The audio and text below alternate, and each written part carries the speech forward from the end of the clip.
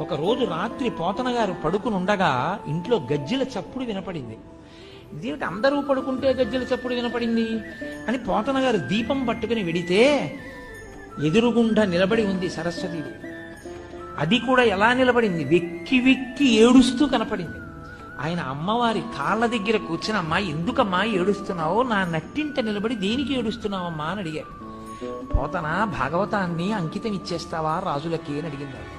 అప్పుడు ఆయన అంటే భాగవతం పోతన గారు ఆంధ్రీకరించినది ఎంత శక్తివంతమో మీరు చూడండి. ఇంత గొప్ప స్థితి ఏ భాషకుందండి తెలుగు భాష ముందు.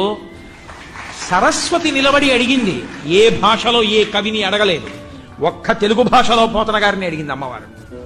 చెప్పుకోవడం చేతకాని తన మంది కాబట్టి తెలుగు భాష వైభవం ప్రకాశించదు. ఏం అక్కర్లేదమ్మా, నిన్ను పట్టికెళ్ళి అలా కర్ణాటక కిరాత కీచకులకు అమ్మను, త్రిశుద్ధిగా నమ్ము భారతి, త్రికరణ శుద్ధిగా చెప్తున్నానమ్మా, నేను అమ్మనమ్మా, అమ్మా నిన్ను రామచంద్రమూర్తికి అంకితం ఇస్తానమ్మా ఈ భాగవతాన్ని అని చెప్పుకున్న మహాపురుషుడు పోతన గారు.